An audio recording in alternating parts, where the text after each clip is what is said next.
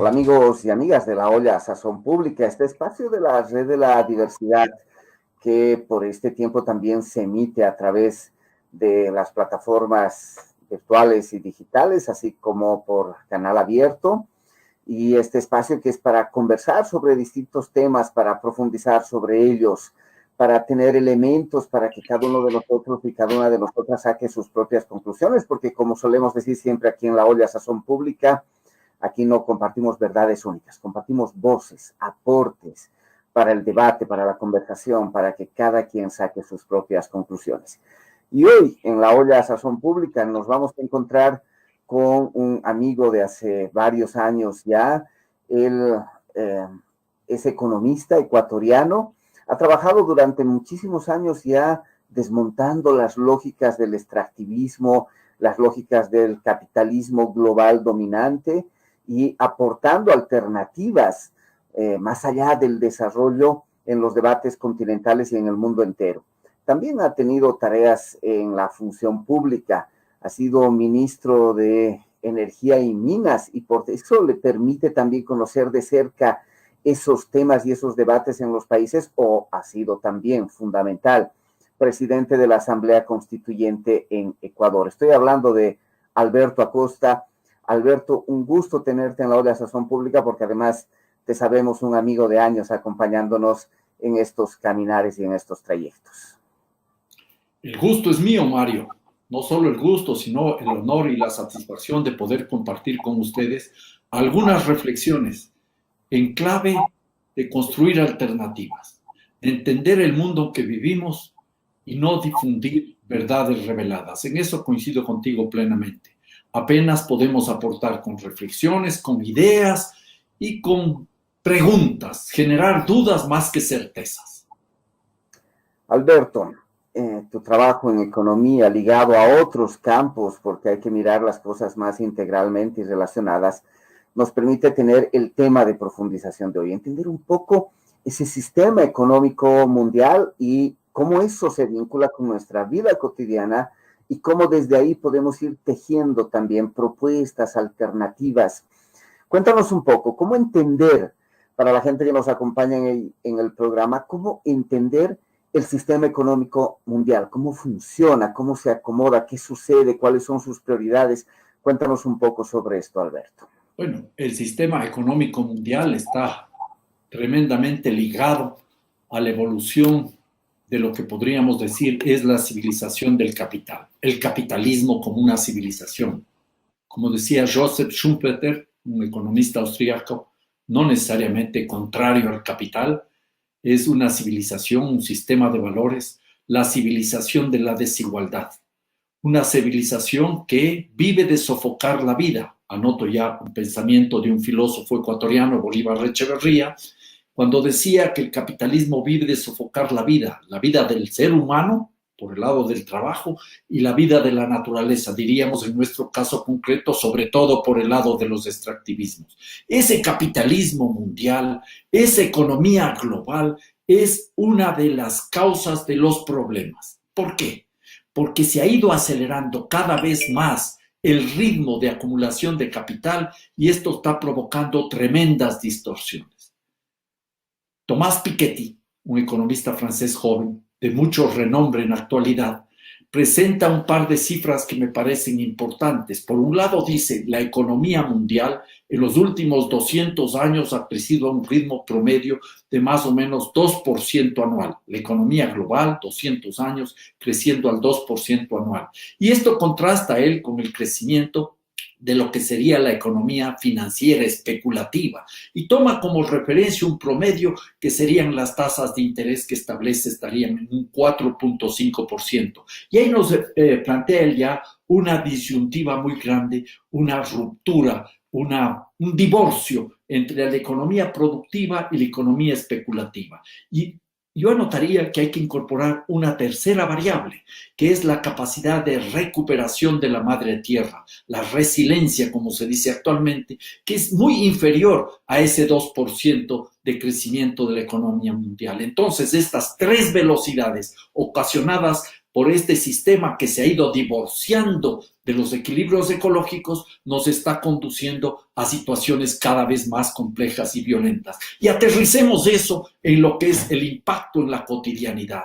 Los problemas de pobreza y de miseria no se han resuelto. Los problemas del hambre no se han resuelto, no porque falten alimentos, sino por muchas razones que podríamos analizar. Estamos viendo que esta demanda creciente de recursos naturales está provocando destrozos enormes. Los extractivismos petroleros, los extractivismos mineros, el extractivismo agroindustrial, y eso nos remite a cosas ya específicas. Estamos, Mario, viendo este rato, en este momento, cómo vuelve con creciente intensidad, más que el año pasado, el tema de los incendios en la Amazonía, en la Chiquitanía, en Bolivia y en otras partes del planeta. Las demandas de acumulación de capital, concretamente, para producir soya, para alimentar animales, y luego estos sean consumidos por grupos reducidos de la población, explica una situación cada vez más compleja y más difícil.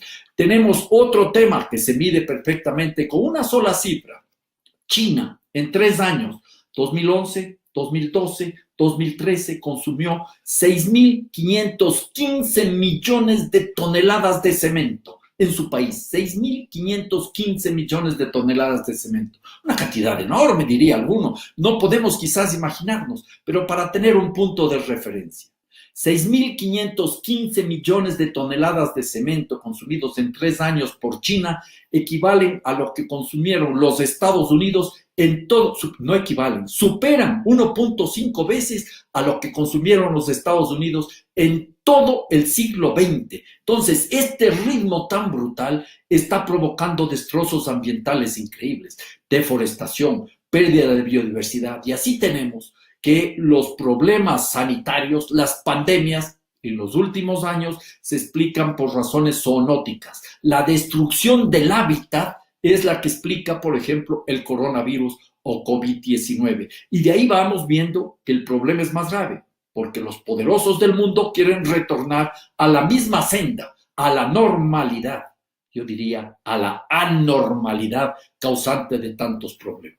Ese escenario de anormalidad que señalas, a la que se quiere volver, viene además insuflada de unos nuevos elementos. Hay unas recomposiciones en las formas del capital, también que incluyen un tipo de modificación en el campo del trabajo. ¿Cómo en este sistema aparece hoy esta suerte de novedades que están apareciendo en el mundo contemporáneo, como el tema de la virtualización del trabajo, las nuevas tecnologías, estas plataformas digitales, etcétera? ¿Qué tiene que ver con el capitalismo de hoy y este exacerbado mecanismo de desarrollo que está expoliando el planeta y la naturaleza? Bueno, ahí tenemos nosotros este rato, en medio de la pandemia, un tema que se nos está confrontando permanentemente, la vinculación con las nuevas tecnologías. Este rato nosotros estamos conversando, aprovechando las nuevas tecnologías. ¿Cuántas personas en el planeta también estarán haciendo lo mismo en este instante? ¿Cuántas actividades se han sido trasladadas de la relación real, de la relación cotidiana, con contacto directo, a una relación virtual? Las escuelas, los colegios, las universidades están abriendo oportunidades de enseñanza virtual y parecería que esto va a aliviar los temas en el planeta. Pero en el fondo estamos viendo que inclusive estas nuevas tecnologías, porque la tecnología, hay que saberlo, no es neutra, están sirviendo para determinados propósitos. Propósitos que se inspiran siempre en la acumulación del capital. En su mayoría, las grandes tecnologías están en manos de grandes grupos transnacionales. El poder controla las tecnologías, el poder político y el poder económico, y ese poder es el que comienza a instrumentar el manejo de las tecnologías en función de ¿qué? De disciplinar a las sociedades, de controlar a las sociedades. Aquí hay un ejemplo que para mí es fundamental, casi en la línea con el Gran Hermano de Orwell, ¿ya? En China están instaladas ya más de 400 millones de cámaras de vigilancia para tener un control de la sociedad, de esta vigilancia facial, de esta que le pueden a uno estar leyendo continuamente qué es lo que está haciendo prácticamente en cualquier lugar público. y quizás también en cualquier lugar privado, que eso es también algo que comienza a ser una realidad. 400 millones de cámaras para disciplinar a la sociedad, para tratar de que el ciudadano, la ciudadana, que ya no tienen derechos de ciudadano ni de ciudadana en la práctica, sean controlados por el Estado y por otro lado ayuden a la acumulación del capital, porque hay una relación perversa entre forzar el consumismo, el individualismo y el control estatal. El Estado, utilizando las tecnologías, comienza a ser un actor fundamental, como ha sido siempre, en función de los intereses de los grandes propietarios, de los grandes capitalistas. El Estado como la mano visible del capital, la mano visible de los mercados, imponiendo condiciones. Esta es una realidad frente a la cual nosotros también tenemos que estar atentos. ¿Por qué? En medio de la pandemia, se nos obliga a quedarnos en casa, a controlarnos, a utilizar las tecnologías que abren opciones de nuevas formas de explotación de la mano de obra que está en su casa sobretrabajando, aumentando el rendimiento tecnológico. Quienes pueden hacerlo, hay que señalar, porque no todo el mundo tiene ese privilegio de ser explotado virtualmente.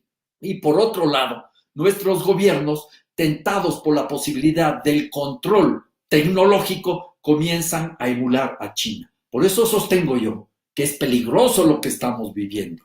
En lugar de haber aprovechado de la pandemia para comenzar a reflexionar y pensar en la necesidad de superar esas anormalidades, se quiere regresar a las mismas anormalidades. Y en la medida que va muriendo el viejo régimen, comienza a configurarse un viejo régimen dentro de la lógica del capital siempre, en el cual aparecen los elementos más perversos del viejo régimen, como son el autoritarismo, los extractivismos, la especulación financiera. En ese escenario que está aconteciendo en la economía mundial, en las formas de expansión del capital, muy ligado también a las formas autoritarias de varios estados, algo está ocurriendo con la gente y mucho más en estos escenarios de emergencias sanitarias y pandemias. ¿Qué está ocurriendo en esos sectores populares? ¿Cómo conectan, desconectan, generan alternativas, dialogan con estos procesos de los mecanismos de expansión del capital, Alberto? Bueno, esta es una de las preguntas más interesantes, porque a primera vista, ese mundo que está regresando a la normalidad estaría dominando el escenario. Pensemos en un tema que a mí me llama mucho la atención. El lunes 20 de julio, recién, hace muy pocos días, una sola persona, el fundador, prácticamente el dueño de Amazon, este señor Jeff Bezos, obtuvo utilidades en la bolsa en un solo día por 13,000 millones de dólares. Esa es la una cara de la moneda. La acumulación continúa de una manera acelerada. Las empresas mineras desbocadas. Se quiere forzar en la explotación de petróleo. Se amplía la actividad agroindustrial. Y uno diría, la gente está paralizada. La gente está encerrada, los que tienen la posibilidad de quedarse en su casa. Pero hay más, y esto es lo interesante. Habría que dar la vuelta a la moneda y comenzar a pensar y a analizar y a reflexionar sobre lo que está pasando en aquel mundo invisible o invisibilizado por el poder y sus medios de comunicación. Podría yo explicar algunas de las cuestiones que están en marcha y creo que no tendría tiempo suficiente, pero puedo rescatar elementos interesantes. Comienzan a revigorizarse algunos elementos de comunidad que existían en varias ciudades. En varias ciudades, y pienso en mi país, en Ecuador, la gente en los barrios comienza a organizarse para atender sus demandas de alimentación, para atender sus demandas incluso de salud y de seguridad. Comienzan a organizarse nuevamente las comunidades indígenas. Muchas de esas comunidades se han vuelto a cerrar, se reencuentran hacia adentro y encuentran otros mecanismos para forzar el vínculo incluso con el poder público. Y ahí estamos viendo ejemplos maravillosos en distintas partes, en donde inclusive desde los sectores campesinos buscan relación directa con los consumidores y las consumidoras de las ciudades. Comienza entonces a revitalizarse algo más desde los barrios, desde las comunidades, desde las favelas, desde los lugares tradicionalmente marginados. Y esto me lleva a una gran conclusión. Una vez más, se demuestra que las respuestas no van a venir desde arriba. Respuestas centradas en la lógica globalizante del mercado han fracasado. Respuestas centradas en la lógica estadocéntrica tampoco son suficientes. Es necesario entonces fortalecer y dar paso a la construcción de redes de resistencia y de reexistencia que están en marcha en todo el planeta. Como decía algún gran pensador, si hacemos silencio, figurativamente hablando, y escuchamos lo que pasa en el planeta, vamos a oír a un futuro en marcha, a un futuro que apunta al pluriverso, mundos diversos en donde seres humanos y seres no humanos pueden vivir con dignidad. Estas experiencias comunitarias, estas experiencias desde lo local, desde abajo, que están poniendo en cuestionamiento las lógicas centralizadas, únicas de dominación del capital, también necesitan conectar con los debates sobre esta economía global, esta economía mundializada que está dominada por las formas del capital y que, como decías, están intentando volver a una vieja normalidad con nuevos elementos que se incorporan a partir de las emergencias sanitarias y las pandemias. ¿Qué se puede ir planteando en ese escenario de la economía mundial? ¿Qué temas emergen como alternativos y fundamentales en esta época, Alberto? Bueno, me parece, Mario, que es fundamental que al tiempo que propiciamos las resoluciones de los problemas en lo local, en lo comunitario, lo familiar, lo comunitario, lo municipal, quizás lo provincial, lo estatal, y en lo que podría ser lo regional, comencemos a pensar en otra economía global. Yo sé que muchas de las cosas que se pueden plantear y que de hecho se están formulando este rato pueden sonar utópicas, pero de eso mismo se trata. De eso mismo se trata. Si nosotros comenzamos a imaginarnos otros mundos, vamos a tener la capacidad de hacer las propuestas para caminar en esa dirección. Entonces, una primera cuestión básica y fundamental sería pensar en una economía global que no esté atada a las lógicas que imponen, por ejemplo, el Fondo Monetario Internacional y el Banco Mundial, que son de una u otra manera bandas de transmisión del capital transnacional. En el mundo existe en la actualidad una suerte de gobierno global controlada por los grandes países y los grandes capitales. Requerimos entonces un cambio fundamental. En lugar de tener este tipo de instituciones globales que no atienden la demanda de la gente y mucho menos la necesidad de reencontrarnos con la madre tierra, requeriríamos una suerte de Banco Central Mundial, un Banco Central de Finanzas y Fomento Mundial, diría yo, que es indispensable para coordinar mundialmente respuestas económicas, sobre todo monetarias, que nos permitan enfrentar la crisis. Y ahí se ha trabajado y se está planteando, por ejemplo, pensar en una moneda global a través de la emisión de los derechos especiales de giro, que ya existen desde hace mucho tiempo atrás y que podrían estar respaldadas por una canasta de monedas, porque en el camino habría que ir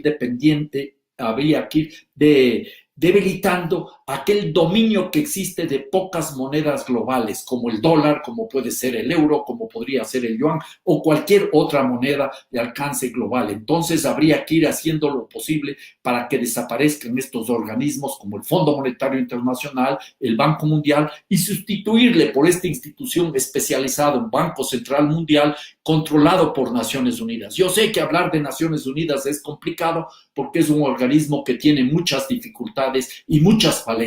Luego habría que repensar en esta lógica económica financiera en un código financiero internacional que nos permita, por ejemplo, tener redes de seguridad, de información y de estabilización financiera, aplicar mecanismos para romper con las lógicas de la especulación financiera internacional. Tampoco es nuevo eso, un impuesto Tobin podría ser un mecanismo, desaparecer los paraísos fiscales, que son el lugar donde están fluyendo cantidades enormes de recursos de corrupción, de tráficos ilícitos, de evasión y elusión tributaria. Establecer un sistema de transparencia tributaria es otra urgencia en clave con un esquema de justicia social ecológica internacional. Algo que creo que es fundamental también es la regulación de los mecanismos de endeudamiento público. Un tribunal internacional de deuda soberana, de arbitraje de deuda soberana, controlado por este organismo mundial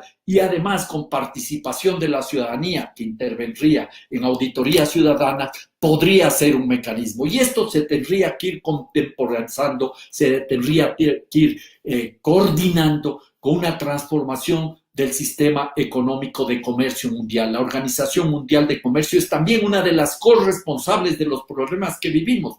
Y para cerrar este círculo, habría que fortalecer algo que se propuso en Bolivia en abril del año 2010, un tribunal para sancionar los delitos contra la madre tierra. Creo que son algunos de los elementos que nos permiten configurar un escenario mundial sustentado en los derechos humanos y en los derechos de la naturaleza.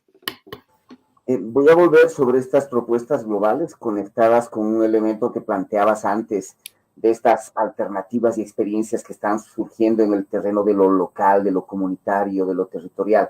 Pero antes de eso, estas propuestas que son globales, que a veces pueden sonar utópicas en las modificaciones en el sistema económico mundial, hoy tienen que considerar temas de cuidado y temas de la salud, sin duda alguna, como un elemento de emergencia fundamental en el mundo contemporáneo. ¿Cómo ves esta ligazón de esas modificaciones económicas, el cuidado de la vida, los temas de salud, cómo se enganchan? Bueno, en ese escenario creo que lo fundamental es sacar algunas lecturas básicas de la pandemia. ¿Cuáles son aquellas actividades fundamentales?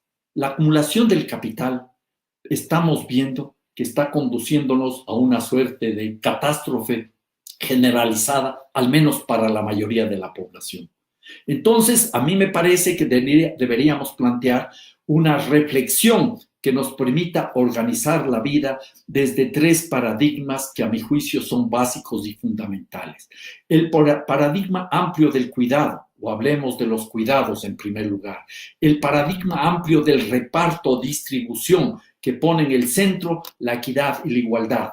El paradigma amplio de lo que podría ser la suficiencia y la reciprocidad, sobre lo cual tenemos mucho que aportar desde los pueblos andinos. Me parece que estos son algunos elementos claves. Y entonces, en términos concretos, ¿qué es lo que se requiere? Políticas públicas y acciones comunitarias y, por supuesto, familiares. La salud. La salud es un derecho. La salud no puede ser vista más como una mercancía. Deberíamos ir pensando en clave internacional, inclusive que haya una vacuna gratuita contra el coronavirus para todos los seres humanos sin distinciones, ni distinciones de clase, ni distinciones sociales, ni distinciones etarias, ni distinciones étnicas, para todos los seres humanos la vacuna y el remedio. Eso es algo clave y fundamental. Deberíamos trabajar también el tema de la alimentación, que es la otra pata fundamental para la vida, la salud y la alimentación. Lo estamos viendo estos días, pero ¿a partir de qué? De la soberanía alimentaria, el derecho de productores y de consumidores, los unos a controlar su agricultura y los otros a controlar su alimentación. Eso nos demanda una profunda transformación agraria, redistribución de la tierra, acceso al agua, acceso a los créditos, acceso a tecnologías adecuadas, lejos de la agricultura industrial de exportación que tiene efectos ambientales y sociales nefastos. No se trata de producir más divisas, Mario. Lo que se trata es de producir alimentos para los seres humanos. ¿A partir de qué? De la producción agroecológica, agroforestal, pesquera, sobre todo campesina, inclusive urbana, promoviendo el diálogo de saberes, fortaleciendo mercados campesinos y locales, garantizando la libre circulación de semillas, sin propiedad intelectual, no organismos genéticamente modificados, los transgénicos, fortaleciendo las redes de distribución campo-ciudad, que estamos viendo comienzan a aparecer. Eso nos demanda también trabajar sobre el tema de las ciudades desde los barrios para enfrentar el consumismo, el individualismo, el productivismo que liquida las bases comunitarias. Hay que repensar íntegramente las ciudades, descentrándolas, descentralizándolas, desconcentrándolas, estableciendo mecanismos para ruralizar las ciudades, recuperando sus economías desde los barrios.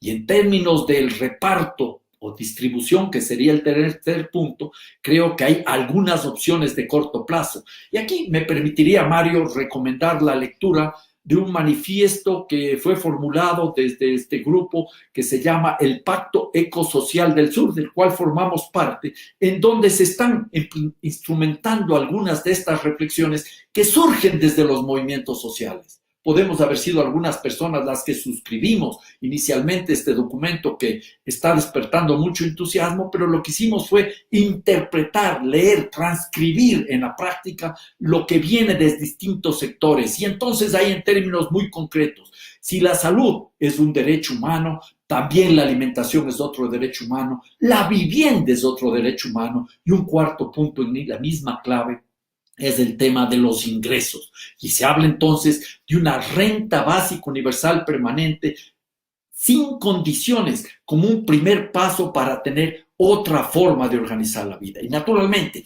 toda la economía global, la economía nacional, la economía local, tiene que organizarse en función de atender estas demandas.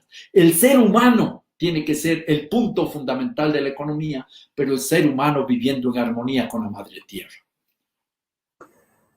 Has anotado varios elementos que conectan estas luchas locales, las experiencias locales más comunitarias, el trabajo que puede hacer cualquier familia, mi vínculo organizativo con elementos de la economía global. Pero para lograr esos procesos necesitas una suerte de acumular capacidad de incidencia, de transformación, de fuerza. Minutito final. ¿Qué se puede hacer en ese camino desde esas experiencias locales, desde la gente que está haciendo cosas, que cree que el mundo como está no puede seguir, no podemos volver a esa normalidad que nos ha llevado a estos escenarios de crisis? ¿Qué se puede hacer desde ahí, Alberto?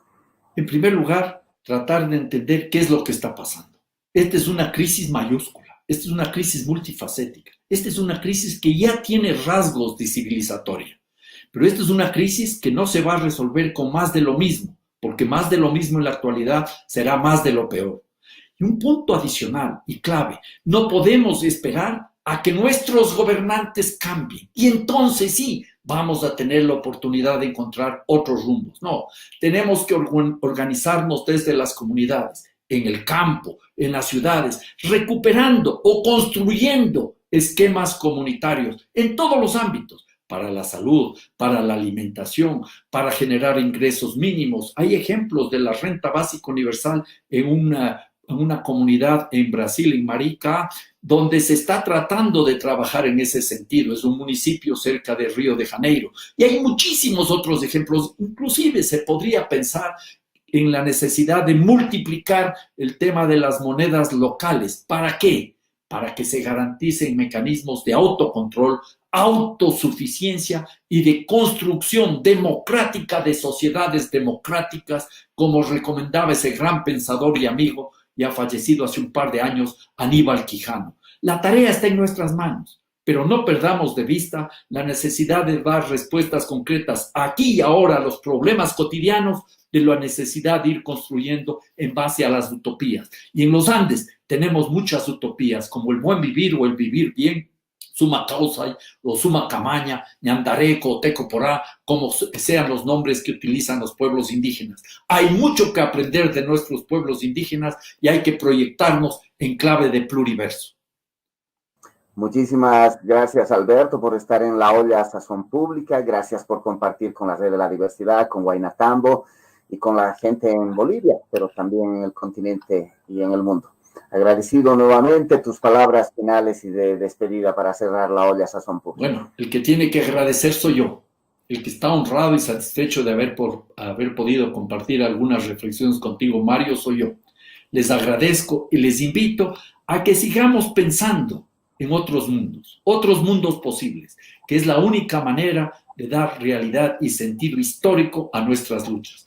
Resolver los problemas de ahora pensando en el futuro, pensando en nuestros nietos y en nuestras nietas, inclusive en los nietos y nietas de quienes están haciendo el mundo cada vez más difícil, porque la tarea es trabajar para reencontrarnos con la madre tierra y eso pasa por reencontrarnos con todos los seres humanos.